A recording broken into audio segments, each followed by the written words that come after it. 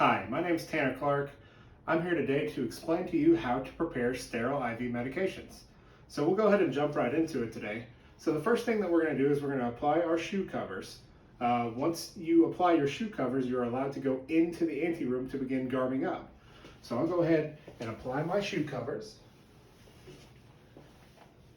All right, so once my shoe covers are on, the next thing that I'm going to do is I'm going to go ahead and I'm going to put on my bouffant cap and my sterile face mask. So I'll start by putting on my sterile hair cover, and the next thing that I'm going to put on is going to be my mask. So I'll apply my mask right on my face here. So once you have your sterile hairnet and mask on, the next thing we're going to do is wash our hands. So when you're washing your hands, you want to make sure that you're washing with aseptic technique. With aseptic technique, that means you're going to wash all the way up to your elbows while also not touching anything else in the sink. We're going to use a special soap that allows us to get all the bacteria off of our body. So we'll scrub our hands, we'll wash all the way up to both arms or both elbows. And the next thing that we're going to do is we're going to dry our hands off with sterile 9x9. So we'll dry our hands off just like that. The next thing we're going to do is put on our sterile gown. So we're going to get our gown out, and this goes on just like that. So we're going to button these snaps here.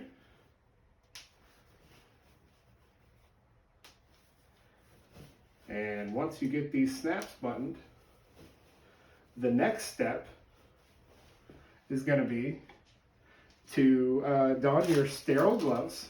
So the way that we open these is we're going to tear them apart just like this.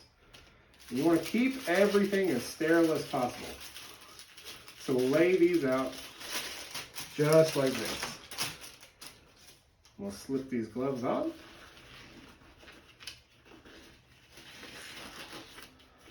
Pull that up over our sleeve, just like that.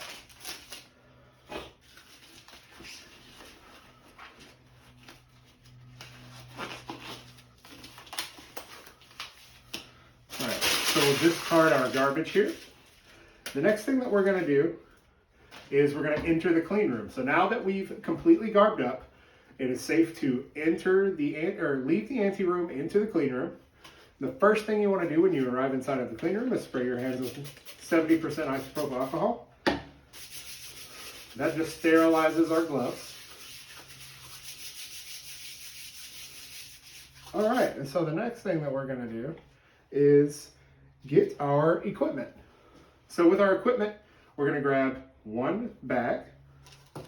I have a syringe, a sterile needle, an alcohol wipe, and my vial of medication.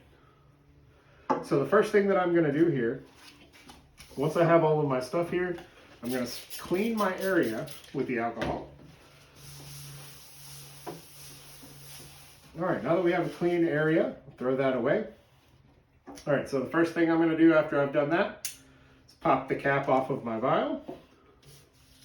I'm going to open my syringe towards the laminar flow hood so that it stays within clean air. I will then open my needle and screw the needle on just like so. The next step is to use our sterile alcohol swab. And we're going to swab the top of this on this rubber stopper. And then we're going to swab the inlet on our bag. So the next thing I would do is I would hang my bag right here in front of me and take the cap off my sterile needle. And the way that you enter this vial is to go at it from an angle and then go in. Then we turn it upside down and we make sure that this area here is going to be in clean air all the time. We don't want to have any bacteria touching this needle. So we're going to pull up our drug here. That's done. And the next thing we're going to do is inject it into our bag. So we'll put that into the inlet port, and then we inject.